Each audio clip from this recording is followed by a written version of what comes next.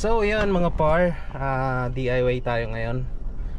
Itong sasakyan namin ay matagal na stock, and then yun nga, hindi nagagamit, kaya nag-stock up na rin yung ano nito. Ayan o, yung signal light na yan, ayan, nawawala. Pag ginalaw ko to, saka siya nagkakaroon, pati sa pakaliwa minsan nawawala yan, di gumagana. Ayan o, wala siya. Pati itong ano, headlight nawawala. Ang pagtanggal nito, itong tornilyo dito sa ilalim, ito tatanggalin lang yan. So let's go.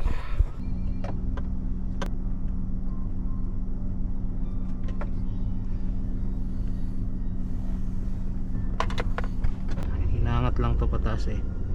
Uy,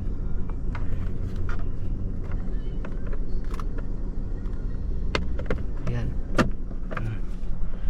tanggal na. Sa kabila,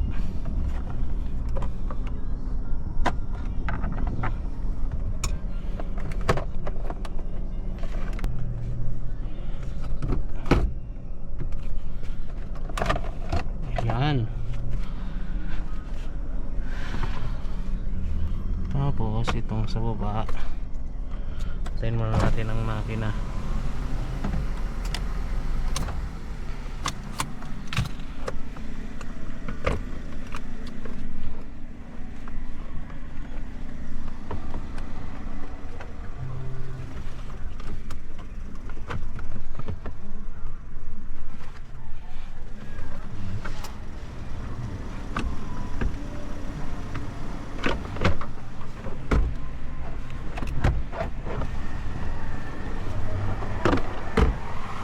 Yan, ang dumi na oh. So ayan mga partok, nalinisan ko na siya, hindi ko na lang naipakita. Ito yung pinang spray ko. Nisprayan ko siya dito kasi ito nag-stock up na rin dito. Sprayan nyo dyan. Tapos dito sa ibaba, sa ibaba nya dyan oh, nisprayan ko siya dyan para yung sa wiper nya, ayan oh, nag-stock up kasi yan. Tapos dito naman, ito inisprayan ko ito. Tapos dito naman para sa headlight, ayan dito. Tapos dito rin sa baba, dito diyan ko siya inisprayan. So yan lang po ang paglinis ng control sa signal light, sa headlight, sa wiper, tapos doon sa tubig para sa wiper. Ayan, gumagana na siya.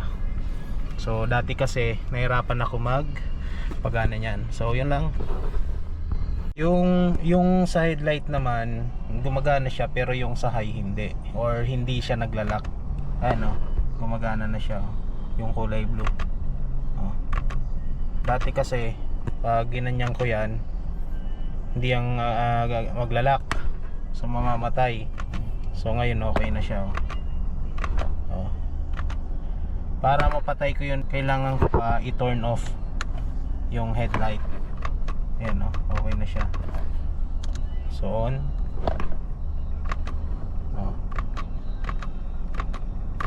So siniritan ko lang yan dito inisprayan ko lang ng WD-40 dito sa baba, tapos dito sa itaas. So okay na.